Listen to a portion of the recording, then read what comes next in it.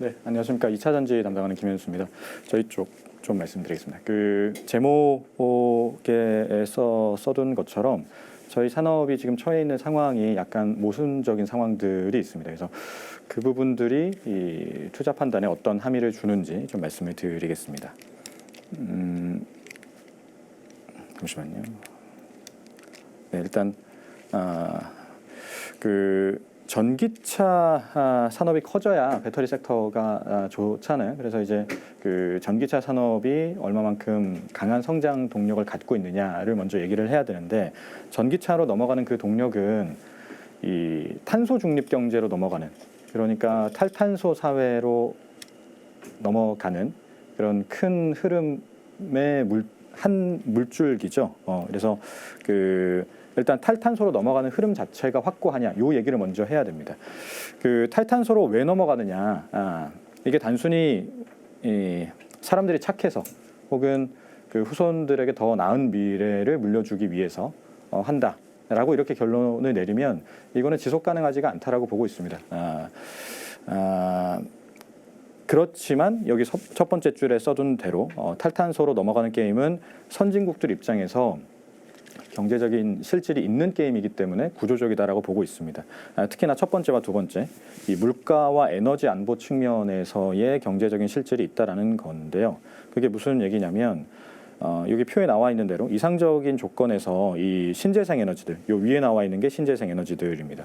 이 신재생 에너지들의 이 균등화 발전 원가, 그러니까 이 전력을 창출하는 과정에서 들어가는 돈이죠. 요 원가가 화석 에너지 대비 저렴하다라는 것이죠. 그래서 여기 나와 있는 세 번째 줄에 써둔 대로 태양광과 풍력 발전의 메가와트아워당 균등화 발전 원가, 뭐 어렵게 써놨습니다만 핵심은 전력 가격이라고 보시면 됩니다. 요게 한 24불 수준이고요. 원유 추출이나 석탄이 110달러대, 60달러대인 것과 비교를 해보면 굉장히 저렴하죠. 이상적인 조건 하에서 그렇습니다. 그러니까 이상적인 조건 하에서 신재생 에너지로 넘어가서 탈탄소로 넘어갔을 때 근본적인 전력 가격의 하락, 그에 따른 물가 상승 압력의 완화를 기대할 수 있다는 게 탈탄소로 넘어가는 1차적인 경제적 실질이고요. 두 번째는 에너지 안보입니다. 여기 나와 있는 거는 천연가스 가격 그래프인데요. 전쟁이 있었던 2021년, 22년에 급등했었던 것을 볼 수가 있습니다. 이 과정에서 독일이 얼마나 힘들었는지를 봤잖아요. 그러니까 이 천연가스 가격이 급등하는 과정에서, 그리고 천연가스를 러시아에게 의존하는 독일 입장에서 이 전쟁이 터졌을 때 얼마나 그 정치 외교적으로 스탠스가 제한이 되는지 우리가 봤습니다.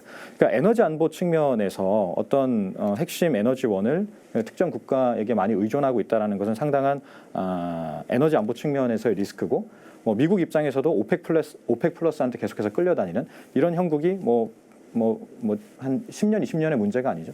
굉장히 오래된 역사를 갖고 있는데, 세 번째 줄에 써둔 대로 재생에너지, 풍력 발전이든 혹은 태양광이든 기본적으로 이동성에 제약이 있기 때문에 자국 내에 설치를 해야 합니다.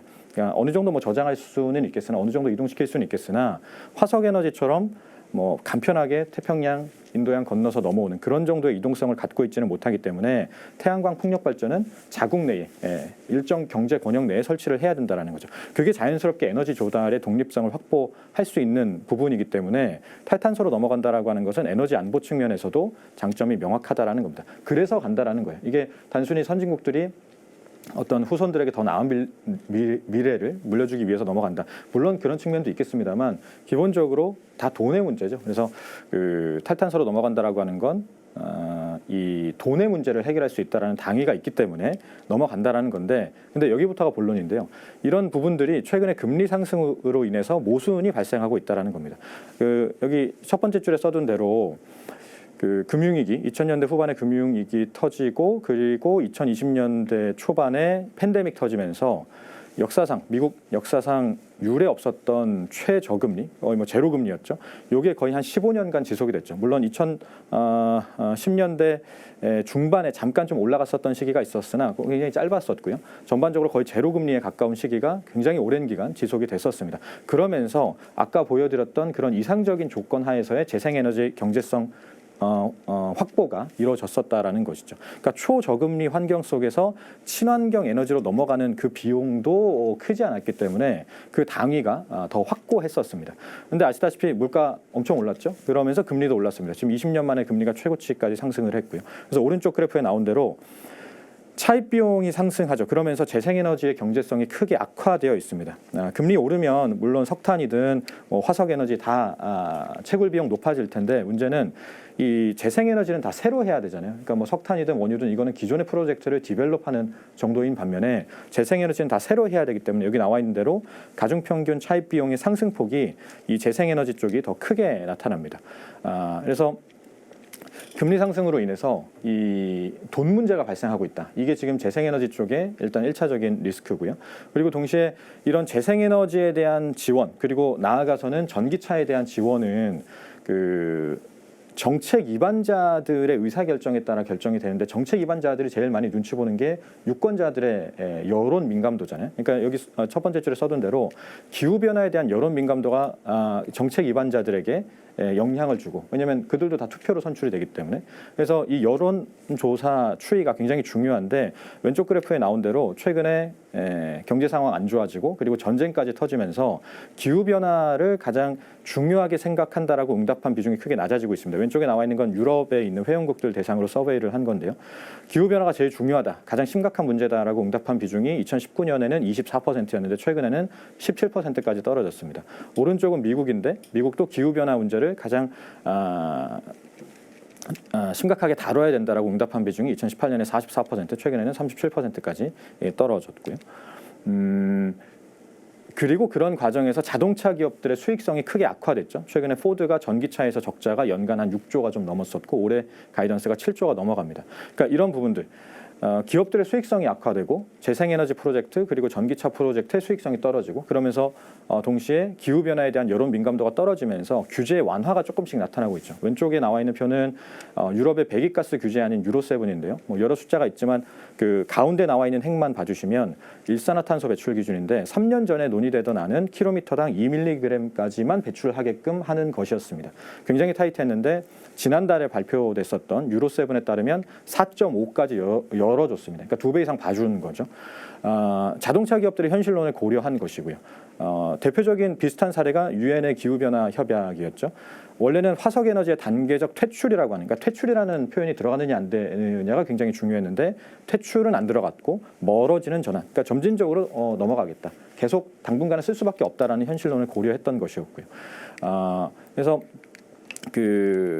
이런 부분들이 반영이 돼서 최근에 글로벌 에너지 업계의 전략이 이 탈화석에 있지 않고 탈탄소에 집중하는 모습을 보여주고 있습니다. 이게 언뜻 보면은 좀 말이 안 되게 느껴질 수가 있는데, 그러니까 기존의 화석 에너지를 최대한 활용하면서 탄소 배출량을 줄이는 현실론에 집중하고 있다는 거죠.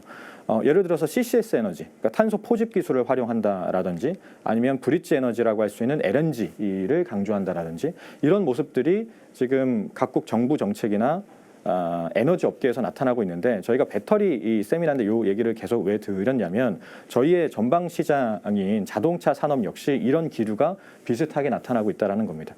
그러니까 현실론을 고려해서 그러니까 돈의 문제가 지금 발생하고 있고 동시에 기후변화에 대한 여론 민감도가 낮아지고 그러면서 전기차 수요에도 영향을 주고 그러니까 이런 부분들이 나타나면서 자동차 산업 역시 이 당분간 한 2, 3년간 상황이 좋지가 않기 때문에 브릿지 에너지를 활용하려는 시도가 늘어나고 있다는 거죠. 대표적인 게 이퓨얼입니다. 이거는 직역하면 전기 연료인데요. 탄소 중립적인 개념입니다. 생산하는 과정에서는 탄소를 빨아들이거든요. 탄소 포집을 해서 생산을 하기 때문에 탄소 마이너스 효과가 발생하고요. 대신에 요거를 이제 자동차에 넣어서 일반 내연기관차에 넣는 거거든요. 내연기관차에 넣어서 돌리면 탄소가 배출은 되나 일반 휘발유 대비해서는 한 3분의 1 정도에 불과합니다. 그러다 보니까 라이프 사이클 관점에서 그러니까 생산에서 총 소비하기까지 총 라이프 사이클 관점에서 보면 탄소 뉴트럴, 탄소 중립이 가능하다라는 것이죠. 비슷한 사례가 또 하이브리드죠. 그러니까 자동차 산업이 내연기관차에서 완전 전기차로 빠르게 넘어가려고 했으나 지금 금리 상승 그리고 뭐 전쟁 이슈 이러면서 돈의 문제, 에너지 안보 측면에서의 문제 이런 것들이 발생하고 있단 말이에요. 그러면서 활용하려는 것들이 이퓨얼이라든지 혹은 하이브리드입니다. 다 브릿지, 그러니까 중간 다리 역할을 해줄 수 있는 개념들을 활용하고 있다라는 거죠. 뉴스들 통해서 많이 보셨겠지만 현대차, 기아차, 안 쓰던 GM, 메르세데스까지도 최근에 플러그인 하이브리드나 하이브리드로 요 중간 단계를 넘어가려고 하는 모습들이 나타나고 있습니다. 그리고 또 동시에 이 공급망 이슈도 같이 고려를 해야죠. 그러니까 그러니까 전기차 산업을 마냥 키우게 되면 아직까지는 배터리 이 밸류체인을 중국이 다 쥐고 있기 때문에 이 과정에서 경제 안보, 에너지 안보에 영향을 준다라는 겁니다. 그러니까 아까 잠깐 보여드린 것처럼 재생에너지 시스템으로, 친환경 시스템으로 넘어간다라고 하는 당위 중에 하나가 에너지 안보 측면에서의 이득이 있다라는 것인데, 전기차 산업 같은 경우는 지금 현재 구조 그대로 넘어가게 되면 에너지 안보 측면에서 오히려 리스크가 더 커지는 그런 모순이 있다라는 것이죠. 유럽이 대표적인 사례죠. 유럽이 2020년까지만 하더라도 중국 기업들의 점유율이 한 5% 정도밖에 안 됐습니다. 그러니까 유럽의 전기차 배터리 시장에서 중국 기업들의 합산 시장 점유율이 10% 언더였어요. 그런데 2024년 현재 40% 이상까지 올라왔습니다. 미국은 아직 미미한데 이제 시장을 막 열려고 하는 초기 단계잖아요. 이거 그냥 무턱대고 열면 유럽처럼 될 수가 있다라는 위기의식을 갖고 있다는 거죠. 그리고 유럽도 최근에 이런 위기의식을 느끼고 정책의 속도 조절에 나서고 있다는 거고요. 그래서 여기 제목 부분에 써둔 것처럼 미국과 유럽 입장에서는 그들 입장에서 안전하다라고 판단할 수 있는 공급망이 확보되기 전까지는 전기차 지원 정책의 속도 조절이 불가피하다라고 보고 있습니다. 그리고 앞서 보여드린 것처럼 이 금리가 물론 조금 낮아지긴 하겠습니다만 2010년대 우리가 한 번도 경험하지 못했었던 수준인 제로 금리까지 낮아질 가능성은 굉장히 낮죠. 그러니까 한 중금리 정도로 이제 유지가 될 텐데, 그러면 이 재생에너지 프로젝트라든지 이런 이 친환경 관련된 프로젝트들의 경제성이 떨어지는 시기를 우리가 지금 건너가야 되기 때문에 그 과정에서 민간의 영역이나 혹은 공공의 영역에서 전기차를 끌고 갈 만한 동력이 이전보다는 좀 약화되어 있다라는 것이죠. 그래서 이 두 가지 모순, 돈의 모순과 에너지 안보의 모순이 있기 때문에 속도 조절을 고려해야 된다라는 겁니다. 그런데 세 번째, 이 부분이 결론인데요. 그럼에도 불구하고 한 가지 모순이 더 있습니다. 어떤 모순이냐? 지금 이런 상황인데 기후변화에 대한 여론 민감도도 떨어지고 전기차 지금 여전히 돈 안 되거든요. 이런데도 자동차 기업들이 전기차 엄청 밀어붙이고 있다는 거죠. 주요 OEM들 2030년 기준 전기차 목표치 보면 한 25%에서 80% 정도 됩니다. 스텔란티스 CEO도 최근에 언급을 했던 게, 이렇게 상황 안 좋을 때 우리는 전기차 올인하겠다, EV 올인하겠다 한 번 더 강조했고요. 이것도 어떻게 보면 모순적이죠. 지금 같은 상황에서 이렇게 하는 게 어떻게 보면 이해가 되지 않습니다. 왜 그러냐? 좀 큰 담론으로 잠깐 넘어가서요. 기술 발전의 역사에 그 이유가 있다라고 보고 있습니다. 갑자기 좀 뜬금없는 얘기인데 무슨 얘기냐면 자율주행 얘기를 하려고 하는 건데요. 이 기술 발전의 역사는 시간같이 극대화의 역사였다라고 보고 있습니다. 라디오나 전화기 이런 것들이 단순히 인간의 편의성을 높여주는 것에 그 당위가 있었던 것이 아니라 본질은 시간이다라는 거죠. 그러니까 라디오나 전화기의 개발은 정보를 획득하기 위해서 이동해야 되는 시간을 단축시켜 주었던 것이었고요. TV는 정보를 보기 위해서 이동해야 되는 시간을 단축시켜 주는 것이고, PC는 정보를 가공하는 데 필요한 시간을 단축시켜 주는 것이고, 스마트폰은 모든 시간을 단축시켜 주었죠. 그래서 자율주행도 필연적인 미래다라고 보고 있습니다. 왜냐하면 지금 우리가 모든 시간들을 많이 단축시키면서 기술 발전이 이루어졌던 것인데, 그리고 그 기술 발전들이 결국은 인간의 이 시간 가치를 극대화시켜주는 방향으로 지금까지 온 것인데, 아직 남아있는 영역이 요 물리적 이동과 과정에서 필요한 시간 소비다라는 것이죠. 그러니까 아무리 기술이 발전을 했어도 인간이 이동하는 과정에서 소비해야 되는 시간은 여전하다라는 겁니다. 여기 나와 있는 그래프는 이제 이 시간 가치 이를 운전자들이 얼마나 중시하는가에 대한 서베이인데요. 그래서 이게 왜 배터리와 연결이 되냐면, 자율주행 레벨이 상승하면서 전력 소비량이 크게 증가한다라는 것이죠. 5년 전에 나왔었던 제품군들이 한 10W 미만 썼습니다. 지금 나오는 제품군들 한 500W 정도 쓰고요. 이제 곧 개발되는 제품군들 보면 800W 이상까지 올라갈 것으로 보고 있습니다. 전력 소비량이 크게 증가하게 되고, 그 과정에서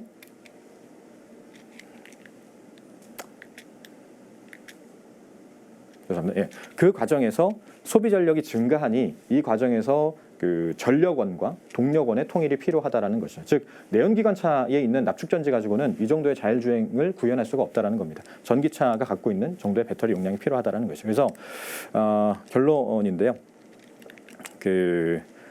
당분간은 매출이 빠집니다. 올해 그 LG 에너지 솔루션 에코프로 BM 매출 감소 전망됩니다. 그동안 저희가 급격하게 성장하면서 멀티플이 리레이팅이 됐었거든요. 당분간은 멀티플 디레이팅을 거쳐야 된다고 보고 있습니다. 아까 말씀드린 돈의 모순 그리고 에너지 안보의 모순을 해결하는 과정에서 당분간은 저희가 디레이팅을 거쳐야 된다고 보고요. 다만 단순히 우리가 이 뭐 선거에만 기대는 정책에만 기대는 산업이 아니라 말씀드린 대로 자동차 산업이 자율주행으로 넘어가고 SDV로 넘어가는 과정에서 전기차를 반드시 필요로 하기 때문에 그 과정에서 성장성 자체는 확고하다라고 봅니다. 연평균 20% 정도의 성장률을 보기 때문에 그 정도에서는 저희가 멀티플이 안정화될 수 있다라고 보고 있습니다. 타겟 PE를 20배 정도로 그래서 적정하다라고 보는 거고요. 그래서 당분간은 저희가 계속 뭐 LG 에너지 솔루션 여기 나와 있는 것처럼 적정 시총 내에서의 트레이딩 접근을 권고드리고요. 장기적으로 좀 업사이드가 보일 수 있는 시기가 보일 때 그때 저점 매수로 들어가자. 당분간은 저희가 섹터에 대한 뉴트럴 관점을 유지하겠습니다. 네, 배터리 섹터는 이상으로 마치겠습니다. 잘 들어주셔서 감사합니다.